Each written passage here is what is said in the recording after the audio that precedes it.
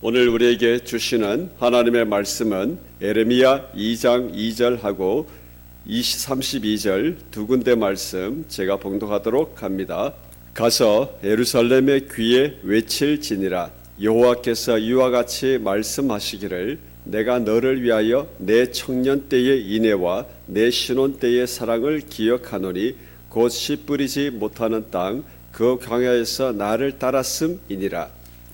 32절의 말씀입니다.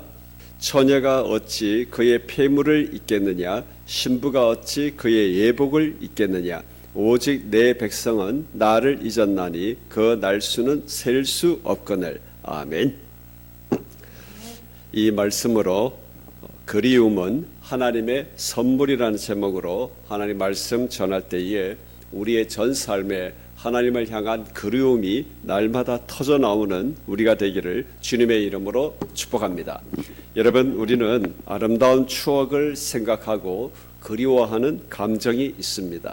이것이 하나님께서 우리에게 주신 선물입니다. 그런데 이 선물은 사람에게만 있는 것이 아니라 동물에게도 참 귀하게 하나님께서 주신 선물이다라는 것을 보게 되어집니다. 여러분, 주인이 키우는 애완동물을 만나게 되면 특히 개를 보면 꼬리를 얼마나 열심히 흔들어 댑니까? 그런데 사람이 고약한지라 때때로는 학대하는 사람들이 있잖아요. 근데 영상을 여러분 한번 보십시오. 학대한 주인이 할 때는 막 피하고 그러다가 또 오라 그러면 또 꼬리를 흔들며 또 다가오는 그런 모습. 그러니 하나님께서 그리워하고 추억을 소중하게 하는 이 감정을 그냥 그대로 보려면 사람을 보는 것이 아니고 동물을 보면 이게 정말 그리움이 변함없이 있는 그 하나님의 선물을 느끼게 되는 것. 이것은 단지 저의 느낌뿐만 아니라 진실인 줄 믿습니다. 아멘. 동물을 여러분 왜 키우겠습니까? 사람보다는 이 그리움의 선물, 추억의 선물을 그대로 느낄 수 있어서 그 속에 마음의 일치를 느끼는 그런 마음이 있지 않겠습니까? 그러나 사람은 다릅니다. 죄로 말미암아 우리는 하나님의 본성에서 멀어진 것이 우리에게 있기 때문에 우리는 그리워하는 것, 추억하는 것, 이것을 소중하게 끝까지 가는 것, 이것이 우리에게 상실된 마음이 있습니다. 하나님께서 이스라엘 백성과의 하나됨을 어떻게 추억하고 계시느냐 하면 2장 2절에 너의 청년의 때의 인애와 너의 신혼 때의 사랑을 기억하노니 그랬습니다. 인애와 사랑, 헌신과 몰두, 이것이 사랑하는 사람의 모습 아니겠습니까? 하나님께서 지금 이스라엘의 하나됨을 이렇게 표현하고 있습니다. 예루살렘의 귀에 외쳐라, 똑똑히 일러 주어라. 광야에서 나를 따랐던 신부된 이스라엘, 하나님의 가장 소중한 백성, 대체 불가인 하나님의 보물인 내 백성, 하나님께서 이것을 기억하고 추억하고 계시다라는 것입니다. 하나님의 이 기억은 단순하게 추억만 하는 것이 아니라 그때로 돌아가고픈 하나님의 아주 애타는 이 구구절절 끓어오르는 간절한 그리움이 담겨져 있는 것. 이 표현을 너의 신혼 때의 사랑을 기억하고 있다, 이렇게 말씀을 하고 있습니다. 그러나 여러분, 출애굽하고 난 뒤에 이스라엘 백성들이 광야에 있을 때에 하나님을 온전하게 따랐느냐? 아니잖아요. 어려운 일만 있으면 우리가 애굽에서 좋았을 때 그때로 항상 추억하면서 돌아가는 것이 좋았다. 왜 여기까지 우리를 끌고 왔느냐? 이렇게 원망하고 불평했던, 그러나 그들에게 있었던 것은 하나님께서 또 징계하시면 회개하고 돌이키고 또 하나님께서 가라 하신 방향으로 진군했던 그들, 그 속에 40년 동안 애굽에서 나왔던 1세대들은 다 이 세상을 떠나고 여호수아와 2세대들을 남겨 가나안의 진군에 들어가게 하신 그 하나님의 그 역사, 하나님께서 그 시대를 그렇게 소중하게 기억하고 계시다라는 겁니다.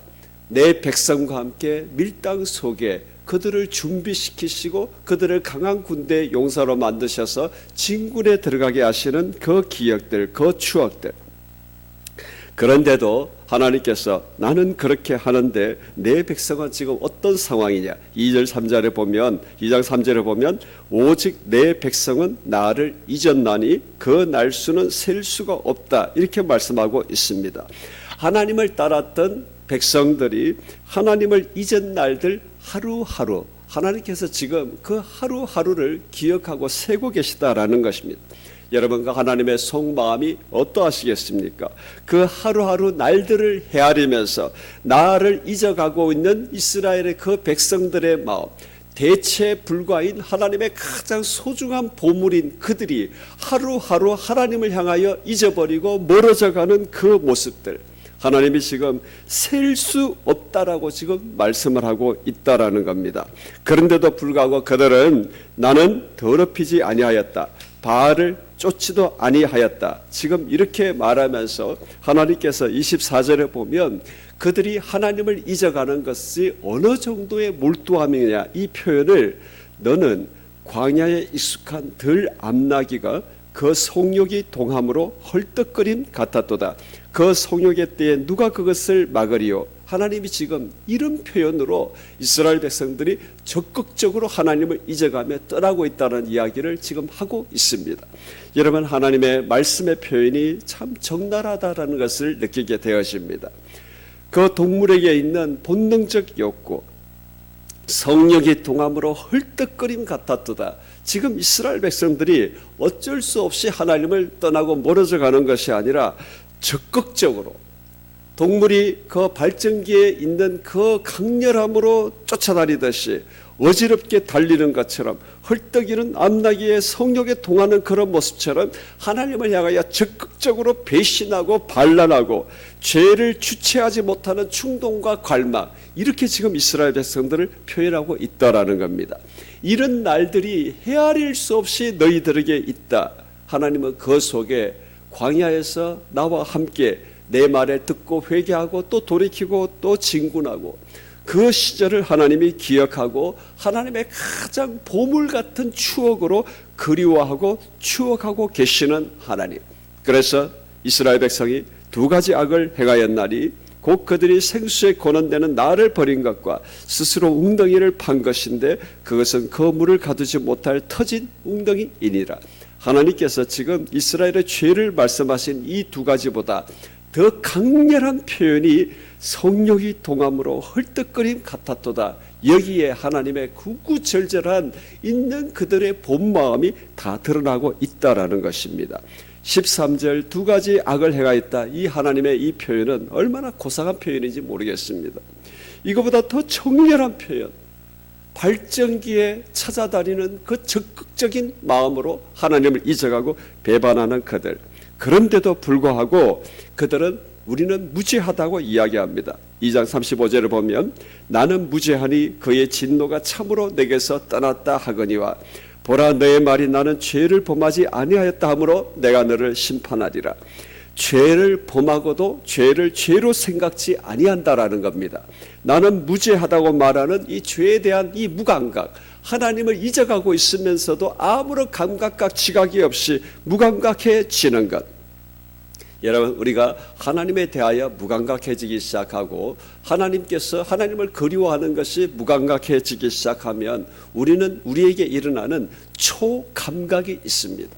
하나님을 향한 영적 지각의 감각이 흐려지고 사라지기 시작하면 죄에 대한 감각, 육신에 대한 감각, 나에 대한 감각, 세상에 대한 감각, 사람에 대한 감각, 이것이 극도로 발전하게 된다는 것을 우리가 알아야 된다라는 겁니다. 여러분, 자신에 대한 지각, 죄에 대한 지각이 극도로 발달한 사람에게 드러나는 모습들이 어떤 모습입니까? 하나님을 향하여 나는 무죄하다라고 주장하는 것처럼 사람에 대하여, 환경에 대하여, 자신에 대하여 주장을 하는 것을 우리는 항상 보게 되어집니다. 자기 자신에게 어떤 찔림이 있어도 어떻게라도 이렇게 빙빙 돌려가지고 자기 입장을 주장하는 습관들, 여러분, 그것이 우리에게 일어나면 내가 하나님을 그리워하는 그 유일의 감각들이 흐려져 가고 있는 증거라고 알아야 된다는 겁니다. 논리를 맞추고 원인과 결과를 분석하고 그 속에 사람들에게 있는 동기, 그 안에 있는 의도가 뭘까, 그 속에 나의 입장을 정리하고 또 항변하고, 여러분, 그 속에 결국에는 다른 사람을 공격하게 되어지는 것, 정말 권면의 소리조차도 결국에는 마음에서 돌고 돌아서 공격의 채로 살아가는 것. 나는 무죄한데 다른 사람이 죄가 있고 잘못이 있다라는 것을 끊임없이 드러내는 마음. 여러분, 이것이 무엇이겠습니까? 우리 안에 상황이 맞게 반응하는 것이 아니라 우리 안에 있는 하나님을 그리워하는 영적 지각의 감각이 흐려지고 사라지고 있다는 신호다라는 것을 알아야 한다라는 것입니다. 사도 바울이 감옥에 있으면서도 그가 했던 말이 무엇입니까?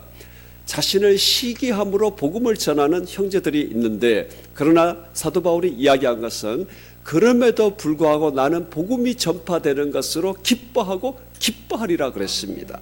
사도 바울이 이방에서만 비난을 당했겠습니까? 같이 예수 그리스도를 믿음으로 고백하고 사역하는 사람들에게서도 공격과 시기를 당했습니다. 우리는 그쯤 되면 속이 막 뒤틀리잖아요. 내가 불신자에게 공격을 받는 것은 참을 만한데 어떻게 하나님의 일에 수고를 같이 하는 사람들이 이럴 수 있느냐, 그러면서 우리는 온갖 논리를 우리에게 일으킵니다. 그 사람을 공격할 만한 합당한 말들. 내가 여러분들에게 하는 게 아니고 저보고 하는 이야기입니다. 이런 게 제일 탁월한 사람들이 사실 앞에 있는 사역자들이잖아요. 여러분, 삼가 조심하시기를 주님의 이름으로 축복합니다. 자신을 향하여 감옥에 갇혀 있는 그 속에서도 나는 복음이 전파되는 것만으로도 기뻐하고 기뻐한다 그랬습니다. 여러분, 우리 속에 하나님을 그리워하고 하나님만 생각하는 그 추억의 영적 지각 감각이 흐려지게 되면 우리는 항상 다른 사람들 향한 공격으로 나오는 이 세상적 육신의 감각이 극대화되어질 수밖에 없다라는 것입니다. 그러므로 여러분, 우리는 오늘 이 시간에 하나님 앞에 우리의 기도 제목을 발견해야 될 줄 믿습니다. 오늘 설교의 시간, 말씀의 시간을 통하여 역시 말씀은 그렇구나, 옳습니다가 아닙니다.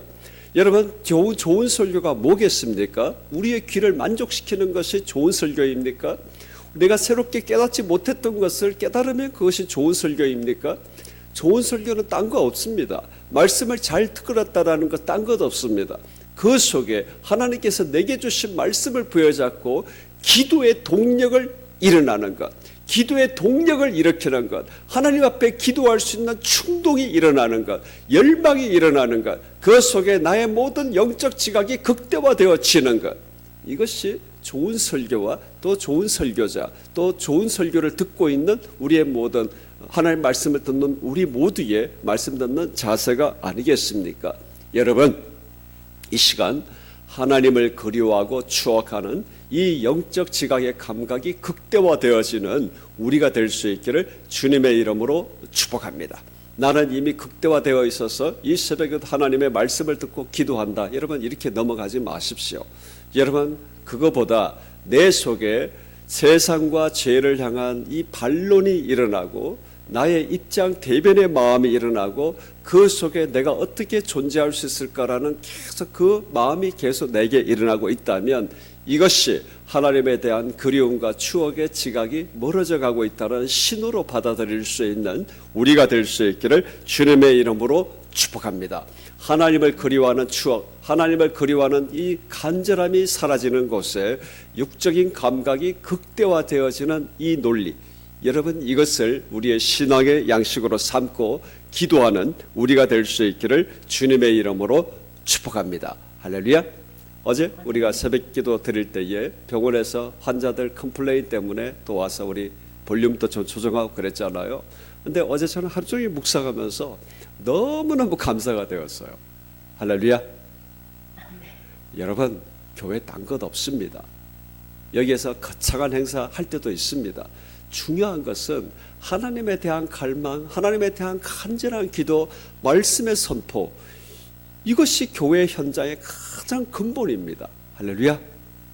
네. 교회의 기도 소리 때문에 내려왔다라는 것, 이것만큼 큰 은혜가 어디 있습니까? 할렐루야.